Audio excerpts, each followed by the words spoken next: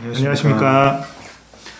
자, 이분이니까 또 저희가 주제를 한 번 더 얘기해야 되나요? 예, 맞습니다. 인공지능 시대 우리 교육 정책이 나아가야 될 방향. 그래서 말씀을 두 번째 2부에서는 학습 환경은 어떻게 변화할 것인가. 그래서 학습자의 특성, 수준, 상황에 최적화된 환경을 어떻게 조성해 줄 것인가에 대해 한번 얘기해 봤으면 좋겠습니다. 네, 저희가 조금 딱딱한 것보다 저희가 이제 경험을 좀 얘기를 해봐야 될 것 같아요. 제가 2010년도 초기서부터 이제 디지털 교과서로 이제 연구학교를 이제 담당을 했었는데, 그때 디지털 교과서를 이제 선도적으로 활용하고 일반화하는 학교였죠. 근데 그때 제한점들이 많았어요. 디지털 교과서라는 거, 서식형 교과서를 대체하는 디지털 교과서가 갖고 있는 확장성, 개방성, 의미가 깊었죠. 근데 그게 지금까지 디지털 교과서가 이제 일반 학교에 확산되지 못한 이유가 있었어요. 왜일 것 같아요? 근데 저도 디지털 교과서를 활용해서 수업에 적용을 해봤는데, 말은 디지털인데 서책형 교과서의 틀을 벗어나지 못했다는 거. 그런 레이아웃 구성이라든가 그 기능적인 것도 단순히 멀티미디어 제공이나 단순 커뮤니티에 그쳤다는 거. 그래서 좀 더 최적화된 그 디지털 시대에 걸맞지가 좀 부족하지 않았나라는 좀 생각이 듭니다. 이거는 이제 절반의 정답이에요. 그건 디지털 교과서가 갖고 있는 어떤 한계에 대해서 말씀해 주셨는데, 근데 그 부분은 사실은 처음이기 때문에 지금까지 지속적으로 발전해 오고 업그레이드 할 수 있었습니다. 그렇지만 물리적인 환경의 제약이 있었어요. 디지털 교과서를 학생들이 집에서도 열고, 그리고 또 학교에서 수업을 할 때 우리가 교재원에 있는 식물을 관찰할 때 교과서나 노트를 갖고 들고 나가면 되는데, 디지털 교과서 연구학교에서는 과학 시간에 식물 탐구하러 가야 되는데 디지털 교과서로 식물을 보고 우리 학교에 있는 식물인데 갖고 나가려면 이제 무거운 태블릿을 들고 나가야 됩니다. 근데 결정적으로 들고 나갔어요. 볼 수가 없어. 왜 볼 수가 없었을까요? 우선 화면 밝기나 뭐 이런 배터리 이 사람 눈치가 없네요. 인터넷이 그 교실에서만 되는 거예요. 그러니까 지금 저희 현재 코로나 상황에서도 학교에 디지털 인프라에 대한 요구가 굉장히 높았습니다. 어떤 선생님들 어떤 요구들을 하셨나요? 우선은 학교에서 무선 인터넷이 이제 제대로 작동을 안 했다는 것, 그리고 기존에 이런 컴퓨터나 키보드만 있는 상태에서는 온라인에서 이렇게 필기를 하거나 이런 게 좀 어려웠다는 것들. 그래서 이제 지금 저희가 교육청이나 교육부에서는 스마트 기기들을 보급하고 있습니다. 그리고 이제 무선 인터넷을 각급 학교에서 활용할 수 있도록 해주시고 계시거든요. 근데 저는 경험해보지 못했지만, 정말 그 부분만 된다라고 한다면 굉장히 의미가 깊겠다. 저희가 학교 내에서 교육 활동이 훨씬 더 자유롭고 창의적이고 그리고 재미있게 운영될 수 있을 것 같아요. 그리고 또 더불어서 요즘에 그린 스마트 스쿨이라는 이제 공간혁신 사업들이 이루어지고 있잖아요. 그런 것들과 맞물리면 좀 시너지가 되겠다. 그리고 이제 여기서 또 코로나 시대에 학생들이 또 가장 원했던 게 있습니다. 뭘까요? 학생들이 원하는 거요? 힌트. 예. 학교에서 교과서, 종이 교과서 대신에 이거 하나 들고 다니고 싶다. 스마트폰으로 뭐 학습하는 건가요? 1인 1 디바이스, 스마트 디바이스. 그러니까 스마트폰보다는 태블릿을 학생들이 갖고 수업을 했으면 좋겠다. 근데 지금은 현재도 태블릿은 보급되어 있지만 대부분이 이제 공용 태블릿이거든요. 근데 그런 공용 태블릿이 아니라 학생 한 명당 자기 태블릿을 받는 거예요. 교과서처럼. 그럼 뭐가 좋아요? 우선은 근데 이런 스마트 교실에서 잠깐 빌려 쓰는 거랑 내가 이걸 하나 갖고 있다면 내 학습의 결과물들을 계속 관리할 수 있고, 예, 뭐 그리고 이런 학습 자료를 보관하기도 용이하고, 뭐 조금 더 이게 지속성이 좀나 이런 게 좋지 않을까 싶습니다. 그러니까 그런 거죠. 이제 누적적인 학습 관리, 포트폴리오 평가나 학습과 이런 것들이 하나의 기기로, 하나의 아이디로 로그인해서 하나의 기기로 관리되기 때문에 학생들의 성장과 발달을 정말 효율적으로 맞춤식으로 지원할 수 있다는 거죠. 저는 지금 말씀 들으면서 내가 학생이라면 내 개인 태블릿에서 유튜브 알고리즘처럼 계속 추천도 해주고 동료도 해주고 학습 관리를 하면 참 좋았겠다. 그래서 실제 여기 보고서에 사례가 나옵니다. 이제 2015년부터 2017년도까지 미국 애리조나 주립대에서 민간 AI를 활용해서 학습을 지원했더니 이런 대학에서 탈락률이 생물학 같은 경우는 20%에서 1.5%로 감소하고 미시경제학에서는 C학점 미만이 38%에서 11%로 감소했다고 합니다. 그러니까 그런 사례들이 사실은 미국에만 있는 건 아니에요. 저희가 코로나 상황 속에서 이제 교육부랑 교육청도 선도적으로 움직이고 있거든요. 저희 인천교육청만 하더라도 에듀테크 콘텐츠를 학교 현장에 학생들을 대상으로 지원을 하고 있습니다.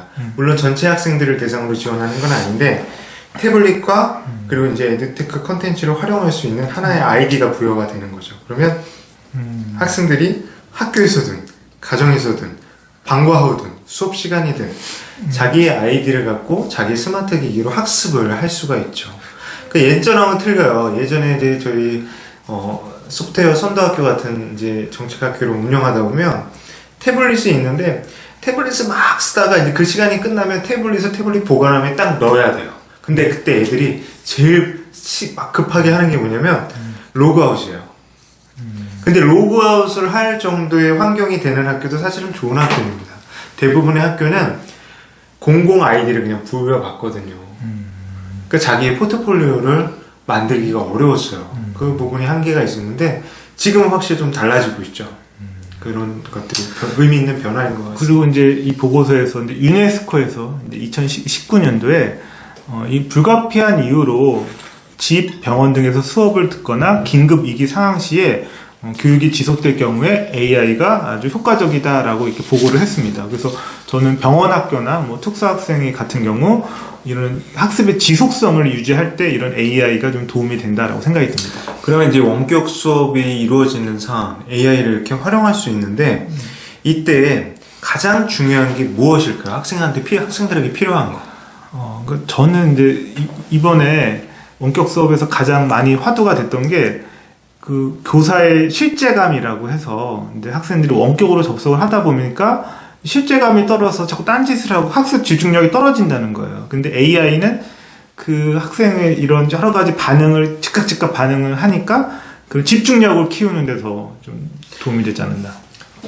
이거 반대로도 생각해야 돼요. 왜냐면 AI가 너무 이렇게 학생들을 쪼이니까 학생들이 힘들어요. 그래서 이제 지금 굉장히 많은 시도들이 이루어지고 있습니다. 물론 이게 사교육 업체들이 의미 있는 경쟁을 통해서 이제 만들고 있는데 학생들한테 맞춤식 처방을 하니까 학생들이 쉴 새가 없는 거예요. 그리고 피곤해하고 힘들어하고 진료합니다. 그래서 그런 즐거움의 요소를 부여하거든요. 챌린지의 느낌으로 미션을 수행하면 어떤 보상을 한다든지 아니면 어떤 즐거운 영상이나 게임을 간간히 섞어준다든지 그런 것들을 지금 하고 있어요. 근데 이제 우리가 여기 또 알아야 될 게 AI이기 때문에 우리 학생들을 완벽하게 컨트롤할 수 있을 것이다 라는 건 오산입니다. 학생들한테 가장 필요한 거. 우리가 예전에 찍은 컨텐츠에 나왔죠. 공부 잘하려면 뭐가 좀 있어야 된다? 목표? 진로? M. 멘토? 아니요. 메타인지가 있어. 이게 알면서 그런 겁니다. 메타인지가 필요하다고 했잖아요. 저희가 그래서 학생들한테 사실은 인공지능한테 딱 맡기고 선생님은 딱 팔짱을 끼고 있는 게 아니라 학생들한테 메타인지가 발달할 수 있도록 작동할 수 있도록 지원을 해주셔야 돼요. 그것을 통해서 학생들이 자기주도적으로 학습하는 거. 굉장히 그거 자체가 이제 역량으로 인정받습니다. 저도 이제 이 말에 약간 동의를 하는 게 근데 저희 자녀나 요새 학생들을 보면 뭐 학원도 다니고 뭐 여러 가지 도움을 받다 보니까 학습하는 능력, 메타인지 능력이 떨어지는 것 같아요. 그리고 수동적으로 바뀌고.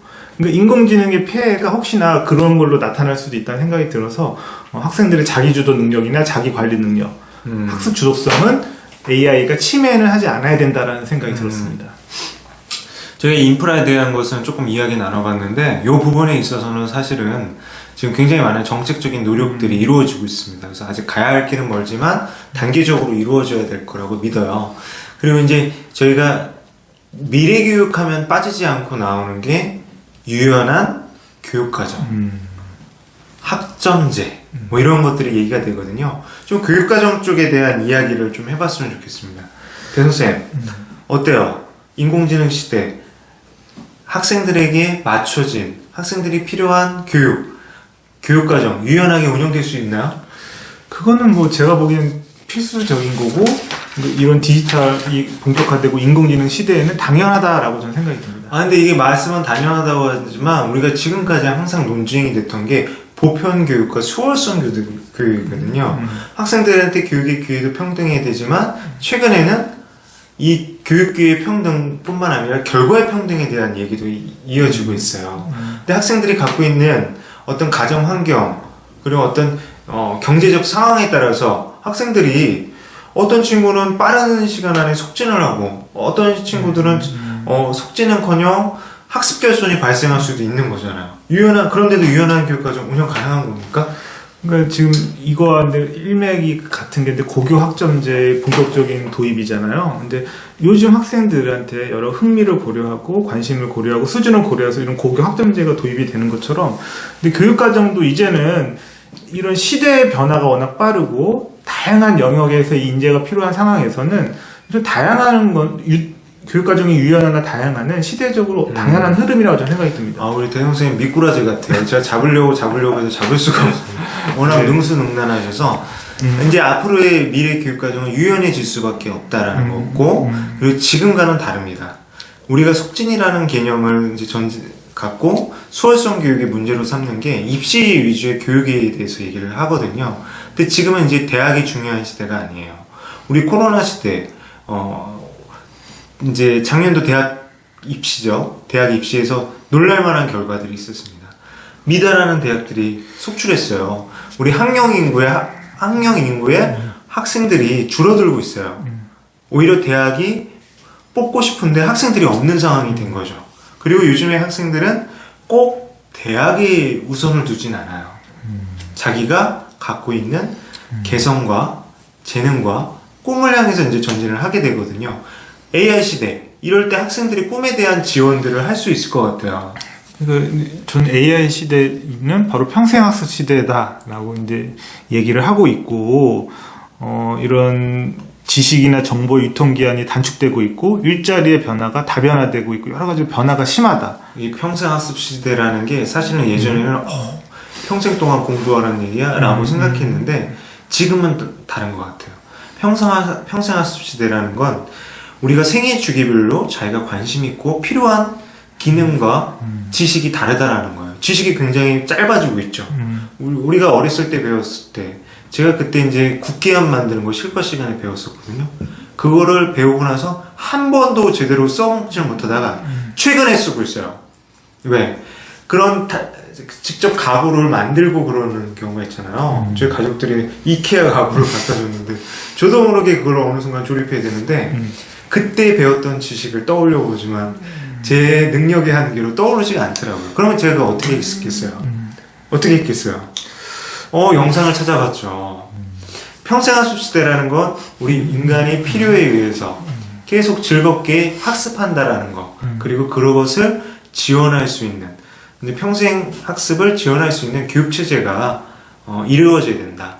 그런 부분에서 저희가 학점제라는 것이 꼭 고등학교의 특정 시기에 국한된 것은 아니라고 생각이 돼요. 예, 그래서 이제 우리나라의 가장 큰 문제점으로 이제 성인기의 역량이 떨어지고 생산 연령이 감소되고 있다. 따라서 이제 개인이 이런 국가적으로 평생 학습을 좀 더 강화해야 된다라고 합니다. 그래서 이런 MS 마이크로소프트에서도 2020년도에 앞으로 2040년에는 21세 이상의 성인의 평생학습 시간이 3배로 증가할 거라고 이렇게 예측하고 있습니다. 그래서 우선은 저도 이제 대학 같은 경우만 해도 과거에는 한 번 졸업한다는 게 끝이었는데 이제는 성인기가 다시 대학을 다니고 그런 시대가 오지 않을까라고 생각이 듭니다. 저희가 지금까지 이제 이야기 나눠본 AI 시대 교육에 대한 시사점, 이것들을 이야기 나눠봤습니다. 저희가 3부에서는 이 시사점에 따라서 저희가 교육 정책 방향을 조금 더 체계적으로 조금 이야기를 나눠보려고 그래요. 그래서 그 부분은 인재생과 학습 환경, 정책 과정을 바탕으로 저희가 핵심 과제들에 대해서 소개를 할 건데 약간 예고편 느낌으로 조금만 말씀드리면 두 가지 키워드를 갖고 풀어가려고 합니다. 첫 번째 키워드. 예. 인간다워야 된다. 인간다움. 두 번째 키워드는 미래다움. 그래서 저희가 인간, 시대, 미래 이 키워드로 조금 더 교육 정책 방향에 대해서 구체적으로 풀어가도록 하겠습니다. 예. 자, 이것으로 마치겠습니다.